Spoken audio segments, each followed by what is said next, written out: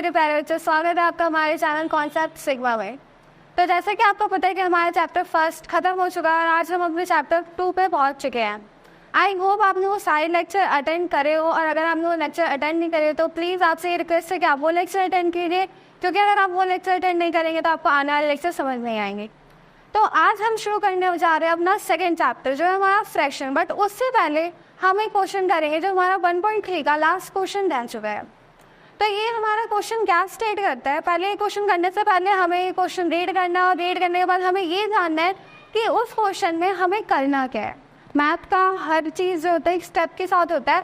तो चलिए हम शुरू करते हैं। हमारा क्वेश्चन क्या बोल रहा है, an elevator descendence into a mine shaft at the rate of 6 metre per minute if the descendant starts from 10 meter above the ground level, how long will it take to reach minus 350 metre. तो इसमें हमें क्या बोला कि हमें एक elevator दिया हुआ है जो कि ग्राउंड लेवल से 10 मीटर अबव है। जो हमारा एलिवेटर है वो ग्राउंड लेवल से कितना अबव है, 10 मीटर अबव है। और जैसा कि मैंने आपको बोला है कि 10 मीटर अबव है, मतलब आप मान लो कि जो आपका ग्राउंड लेवल है वो क्या रिप्रेजेंट करता है, वो आपका 0 रिप्रेजेंट करता है। अगर उससे 10 मीटर अबव है तो इसका मतलब क्या है कि वो 10 मीटर आपका पॉजिटिव में है। और जब ये 10 मीटर नीचे आना शुरू होगा, मतलब जब ये एलिवेटर आपका नीचे आना शुरू होगा, तब आप क्या कहोगे, ये माइनस में जाएगा, क्योंकि ये चीज़ 0 के करीब आ रही है। 0 के बाद फिर ये माइनस में चली जाएगी।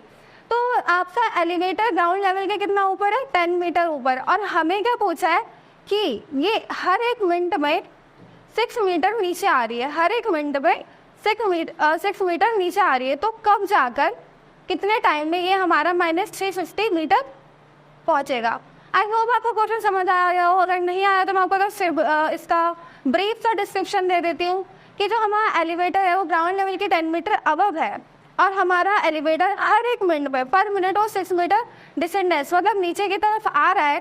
तो हमें बताना है कि माइनस 350 मीटर की हाइट वो कब अचीव करेगा। तो जैसे ही क्वेश्चन करने से पहले हम देख लेते हैं कि इसकी इनिशियल डेप्थ क्या है। इसकी जो इनिशियल हाइट या डेप्थ तो नहीं बोलोगे आप, इनिशियल हाइट बोलोगे, वो क्या है 10 मीटर। और फाइनल हाइट क्या है इसकी, हमारी माइनस 350 मीटर। अब हमें ये देखना है कि इसने टोटल डिस्टेंस कितना ट्रैवल करा। जब हमारा एलिवेटर 10 मीटर अबव था ग्राउंड के और उसे इतना पाना, मतलब वो यहाँ पे पहुँच चुका होगा एक टाइम पे, तो उसने कितना टोटल डिस्टेंस कवर किया, उसने टोटल डिस्टेंस हमारा 360 मीटर कवर करा है। तो पहले हम अपना टोटल डिस्टेंस लिख लेंगे। हाँ, टोटल डिस्टेंस क्या हो जाता है, माइनस 360 मीटर। आपको पता चल गया होगा कि माइनस 360 मीटर क्यों, 10 मीटर ये और फिर माइनस 350 मीटर ये। अब हमें टाइमिंग निकालना है। टाइमिंग के लिए हमें कुछ नहीं करना। अगर 1 मीटर वो 6 मिनट में ट्रैवल कर रहा है, सॉरी 1 मिनट में वो 6 मीटर ट्रैवल कर रहा है, तो हमें इसके लिए बस इसको डिवाइड कर देना है। और टाइम टेकन फिर क्या हो जाएगा हमारा 60 मिनट मीन्स 1 आवर। 60 मिनट हो गया, मतलब हमारा टाइम कितना लगा, हमें 1 आवर लगेगा हमें माइनस 350 मीटर की डेप्थ पर पहुंचने के लिए।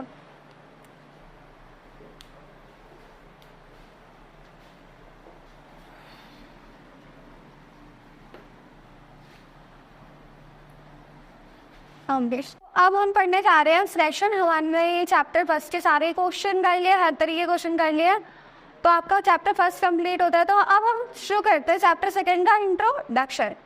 तो हमारा चैप्टर सेकंड, पहले तो चैप्टर शुरू करने से पहले चैप्टर का नाम क्या है। चैप्टर का नाम है हमारा फ्रैक्शन। और किसी भी चैप्टर का इंट्रोडक्शन करने से पहले हमें पता होना चाहिए कि उस चैप्टर का जो नाम है वो क्या मीनिंग होल्ड करता है। तो हम आ जाते हैं फ्रैक्शन। अब फ्रैक्शन जो वर्ड है वो डिराइव किससे, वो फ्रैक्शंस। अब फ्रैक्शंस का मतलब क्या होता है, फ्रैक्शंस का मतलब होता है ब्रोकन, मतलब टूटा हुआ। एंड इसका मतलब क्या होता है, represent a part of whole. Fraction exactly में क्या होता है, represent a part of whole. अगर हम इसको हिंदी में देखें तो एक होल नंबर का जो पार्ट रिप्रेजेंट करे उसे हम फ्रैक्शन कहते हैं। अब मैं आपको एक चीज़ मैं समझाना चाहूँगी। जैसे मान लो आप एक स्क्वायर है, ये तो स्क्वायर में आपने इसके 4 पार्ट करे हैं और आपने इसमें से एक को कलर कर दिया। टोटल पार्ट कितने थे, 4, जो कि एक होल नंबर है। तो 4 में से आपने कलर कितने को किया, शेड कितने को करा, 1। तो यहाँ आपका रिप्रेजेंट क्या कर रहा है, फ्रैक्शन। आप इसे देख कर ही बता सकते हैं कि 1/4 का मीनिंग क्या है। 1/4 का मीनिंग ये है कि 4 में से हमने एक को शेड करा है। अगर मैं बोलूँ कि आपका ये पार्ट है, हाफ है, 1/2 है, तो आप सिंपल से समझ सकते हो कि 2 में से एक की बात हो रही है, 1/2 मतलब हाफ। अब नेक्स्ट चीज से तो आते हैं जो इसकी definition, the number of A and B where A and B are natural number, जो हम इसे किस फॉर्म में लिखते हैं, ए अपॉन बी। और इसमें ए भी हमारा क्या होता है, नेचुरल नंबर, और बी भी क्या होता है, हमारा नेचुरल नंबर। मैंने आपको चैप्टर फर्स्ट में पढ़ा चुकी हूँ मैं कि नेचुरल नंबर क्या होता है, जो 1 से स्टार्ट हो और इन्फिनिटी तक जाए। तो हमारा ए भी क्या होता है, नेचुरल नंबर होता है, बी भी क्या होता है, नेचुरल नंबर होता है। अब यहाँ पर कुछ बच्चों का डाउट आ सकता है कि हमेशा नेचुरल नंबर ही क्यों हम यहाँ पर बोल रहे हैं, हम यहाँ पर होल नंबर क्यों नहीं ले रहे हैं। होल नंबर हम इसलिए नहीं ले सकते कि अगर आप देखो a बाय बी और a बाय बी हम पहले पुट करके देख लेते हैं। जो डाउट होता है आपको मैथ में सिर्फ सोचने से नहीं होता, आपको वो चीज़ अगर डाउट कर रही है तो आप वो चीज़ें खुद करके देखो, आपको खुद आंसर मिल जाएगा कि ये चीज़ क्यों नहीं हो सकती। अब हम देखते हैं कि फ्रैक्शन में ए और बी हमेशा नेचुरल नंबर ही क्यों है, होल नंबर क्यों नहीं हो सकते। अगर आप न्यूमरेटर में, मैं न्यूमरेटर को शॉर्ट फॉर्म में एनआर लिखते हो, अगर आप न्यूमरेटर में होल नंबर रखो, 0 रखते हो, तो 0/b ये तो वैलिड है आपका कि आप 0/b कर सकते हो। बट अगर आप डिनोमिनेटर में 0 रखते हो, a/0, तो ये चीज़ आपकी नॉट डिफाइन हो जाती है, क्योंकि हमें पता है जब भी ब्रैकेट कह रही है अपॉन में जब भी 0 हो तो वो वैल्यू हमेशा नॉट डिफाइन ही आती है।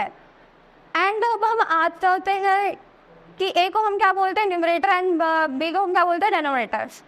ये सारी चीज़ें हमने पढ़ लिया एंड आई होप आपको फ्रैक्शन का मतलब हम समझ आ गया हो।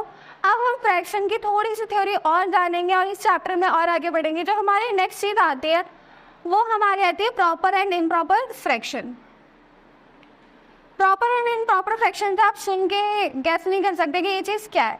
मैं आपको पहले ऐसे बता देती हूँ कि प्रॉपर फ्रैक्शन क्या होता है। प्रॉपर फ्रैक्शन वैसा फ्रैक्शन होता है जिसमें न्यूमरेटर की वैल्यू कम हो, किससे कम हो, डिनोमिनेटर से कम हो, और जस्ट इसका वाइस वर्सा, मतलब जस्ट इसका अपोजिट। इम्प्रॉपर फ्रैक्शन में क्या होता है, जिसमें न्यूमरेटर की वैल्यू ज़्यादा हो और डिनोमिनेटर की वैल्यू कम हो। तो हम इसे देख लेते हैं प्रॉपर फ्रैक्शन। जैसे कि मैंने आपको बोला कि प्रॉपर फ्रैक्शन में क्या होता है, जो हमारा न्यूमरेटर होता है वो छोटा होता है और हमारा डिनोमिनेटर क्या होता है, वो बड़ा होता है। तो इसका एग्जांपल मैं आपको लेके बता दें, न्यूमरेटर आप इसमें देख लो कि हमारा न्यूमरेटर छोटा है डिनोमिनेटर से, इसलिए ये कौन सा फ्रैक्शन हो जाता है, हमारा प्रॉपर फ्रैक्शन। इसकी डेफिनेशन भी हम लिख लेते हैं, a fraction in which numerator is smaller than denominator. अब सेम हमारा किसके लिए हो जाएगा, इम्प्रॉपर फ्रैक्शन के लिए। इम्प्रॉपर फ्रैक्शन हम देख लेते हैं, इम्प्रॉपर फ्रैक्शन। इसमें मैंने आपको क्या बोला कि जस्ट अपोजिट केस होता है प्रॉपर फ्रैक्शन का। प्रॉपर फ्रैक्शन में न्यूमरेटर छोटा होता है और इम्प्रॉपर फ्रैक्शन में डिनोमिनेटर छोटा होता है और न्यूमरेटर बड़ा होता है। तो सेम है, डिनोमिनेटर की जगह न्यूमरेटर और न्यूमरेटर की जगह डिनोमिनेटर। अब इसका एग्जाम्पल हम देखते हैं, जैसे 6/2, 4/2, 12/4, मतलब न्यूमरेटर बड़ा होना चाहिए और डिनोमिनेटर छोटा होना चाहिए। तो आई होप आपको इम्प्रॉपर और प्रॉपर फ्रैक्शन समझ आ गया होगा। अब हम बहुत ही आसान सी चीज़ पढ़ने जा रहे हैं, जो है हमारा like and unlike fraction. Like and unlike fraction में ज़्यादा कुछ नहीं है, मैं आपको पहले बता देती हूँ। लाइक फ्रैक्शन वो होता है वैसे फ्रैक्शन जिनका डिनोमिनेटर सेम हो, और अनलाइक फ्रैक्शन वो होता है जिनका डिनोमिनेटर सेम ना हो। तो अब हम देखते हैं, कुछ एग्जाम्पल के साथ समझते हैं, क्योंकि एग्जाम्पल से ज़्यादा क्लैरिटी आती है। तो इसलिए मैथ्स में मैं आपको सजेस्ट करती हूँ क्वेश्चन सॉल्व करना ज़रूरी है, ना कि सिर्फ आपको पढ़ के मैथ्स आ जाएगी। एग्जाम्पल हम लेते हैं, जैसे 4/6 और 2/3। अगर हम देखें तो इसका डिनोमिनेटर सेम है कि नहीं है।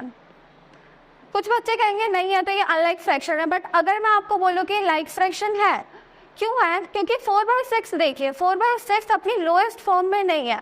अब लोएस्ट फॉर्म क्या होती है, लोएस्ट फॉर्म फ्रैक्शन की वो फॉर्म होती है कि जिसके आगे वो डिविजिबल ना हो, मतलब वो कटे ना आगे। जैसे मैं आपको बता देते हैं, तो 3/6 है, अगर आप इसको 3 के टेबल से काटते हो तो 1/2। क्या 1/2 के आगे आप इसको और सिंप्लीफाई कर सकते हैं? नहीं, आप सिंप्लीफाई नहीं कर सकते। तो 3/6 का लोएस्ट फॉर्म क्या हो जाएगा, 1/2 हो जाएगा। तो हम देखते हैं 4/6 का लोएस्ट फॉर्म क्या है। 4/6 का लोएस्ट फॉर्म 2/3 है। तो यहाँ पे हमने इसका जब लोएस्ट फॉर्म लिखा था 2/3 आया, फिर और करके 2/3। तो क्या आप बता सकते हैं कि लाइक फ्रैक्शन है अनलाइक फ्रैक्शन? अब आप इजीली बता सकते हैं कि ये हमारा कौन सा फ्रैक्शन हो जाता है, ये हमारा लाइक फ्रैक्शन हो जाता है। तो किसी भी फ्रैक्शन को देख कर सिर्फ हमें देखना नहीं है, हमें पहले ये भी देखना है कि वो अपनी लोएस्ट फॉर्म में है कि नहीं है। अगर नहीं है तो आप डायरेक्टली नहीं बता सकते, पहले आप फ्रैक्शन को लोएस्ट फॉर्म में सॉल्व कीजिए, देन बताइए वो लाइक फ्रैक्शन है कि अनलाइक फ्रैक्शन है। अब हम अगले एग्जाम्पल की तरफ आते हैं। 5/6 और 11/5। हम यहाँ पर क्या देख रहे हैं कि ये दोनों फ्रैक्शन जो है वो अपनी लोएस्ट फॉर्म में, तो ये क्या फ्रैक्शन लाइक फ्रैक्शन होगा कि नहीं होगा? अब फर्स्ट की बात है लाइक फ्रैक्शन नहीं होगा, तो ये कौन सा फ्रैक्शन हो जाएगा? Unlike fraction. और ये वाली फ्रैक्शन हमारी हो जाएगी लाइक फ्रैक्शन। अब हम यहाँ पे इतना पढ़ चुके हैं। अब हम अगली जो चीज़, हमारा जो लास्ट टॉपिक हम यहाँ पे कवर करेंगे वो है मिक्स्ड फ्रैक्शन। हमने फ्रैक्शन पढ़ लिया, प्रॉपर फ्रैक्शन पढ़ लिया, इम्प्रॉपर फ्रैक्शन पढ़ लिया, लाइक फ्रैक्शन पढ़ लिया, अनलाइक फ्रैक्शन पढ़ लिया, लोएस्ट फॉर्म ऑफ फ्रैक्शन भी पढ़ लिया। अब जो हमारी चीज़ आती है वो हमारी आती है मिक्स्ड फ्रैक्शन।